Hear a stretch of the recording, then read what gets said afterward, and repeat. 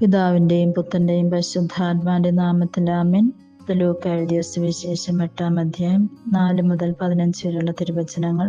കാലത്ത് പല പട്ടണങ്ങളിലും നിന്നും വന്നുകൂടിയ വലിയ ഒരു ജനക്കൂട്ടത്തോട് ഉപമയിലൂടെ അവൻ അരുൾ ചെയ്തു.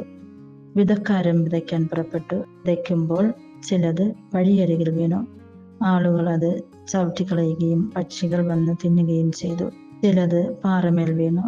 അത് മുളച്ചു വളർന്നെങ്കിലും മണമില്ലാത്തത് കൊണ്ട് ഉണങ്ങിപ്പോയി. ചിലത് മുൾച്ചെടിക്കിടയിൽ വീണു.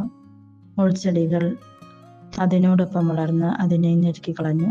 ചിലത് നല്ല നിലത്ത് വീണു. അത് വളർന്ന് 100 മേനി ഫലം പുറപ്പെടുവിച്ചു. തുടർന്ന് യേശു സ്വരമുയർത്തി പറഞ്ഞു, കേൾക്കാൻ ചെവിയുള്ളവൻ കേൾക്കട്ടെ.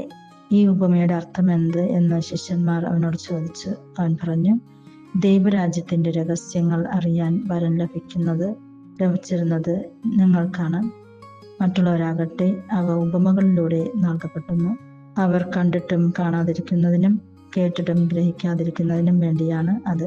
ഉപമ ഇതാണ്: വിത്ത് ദൈവവചനം. ചിലർ വചനം ശ്രവിച്ചെങ്കിലും അവർ വിശ്വസിക്കുകയോ രക്ഷപ്പെടുകയോ ചെയ്യാതിരിക്കുവാൻ വേണ്ടി പിശാച് വന്ന് അവരുടെ ഹൃദയത്തിൽ നിന്നും വചനം എടുത്തു കളയുന്നു. ഇവരാണ് വഴിയരികിൽ വീണ വിത്ത്. പാറമേൽ വീണത് വചനം കേൾക്കുമ്പോൾ സന്തോഷത്തോടെ അത് സ്വീകരിക്കുന്നവരാണ്. എങ്കിലും അവർക്ക് വേരുകളില്ല. അവർ കുറേ നാളത്തേക്ക് വിശ്വസിക്കുന്നു. എന്നാൽ പ്രലോഭനങ്ങളുടെ സമയത്ത് അവർ വീണുപോകുന്നു.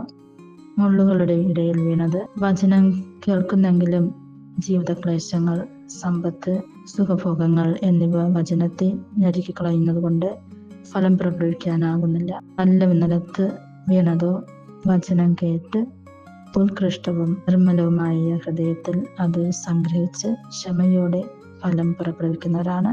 ഈ വചനഭാഗത്തിലൂടെ യേശു നമ്മിൽ നിന്നും ആഗ്രഹിക്കുന്നതും വചനം നമ്മൾ വായിക്കുമ്പോൾ അത് അർത്ഥവത്തായി വായിക്കുവാനായിട്ടും അത് ഗ്രഹിക്കുവാനായിട്ടും ക്ഷമയോടുകൂടി ഫലം പുറപ്പെടുവിക്കുവാനും തന്നെ നമ്മുടെ ചിന്തകളും വാക്കുകളും പ്രവർത്തനങ്ങളൊക്കെയും നിയന്ത്രിച്ച് ദൈവത്തിന് ഇഷ്ടമുള്ളത് ചെയ്തുകൊണ്ട്, ദൈവത്തിന് ഇഷ്ടമുള്ളത് ചിന്തിച്ചുകൊണ്ട്, പറഞ്ഞുകൊണ്ട് നമ്മുടെ മാതൃക നിറഞ്ഞ ജീവിതം നമ്മൾക്ക് മറ്റുള്ളവർക്കായി അനുകരിക്കുന്നതിന് വേണ്ടി, അങ്ങനെ നമ്മളും ദൈവത്തെ അനുകരിക്കുന്നതിന് വേണ്ടി, മറ്റുള്ളവര് ദൈവത്തെ നമ്മളിൽ ദർശിക്കുന്നതിന് വേണ്ടി വഴിയൊരുക്കാം.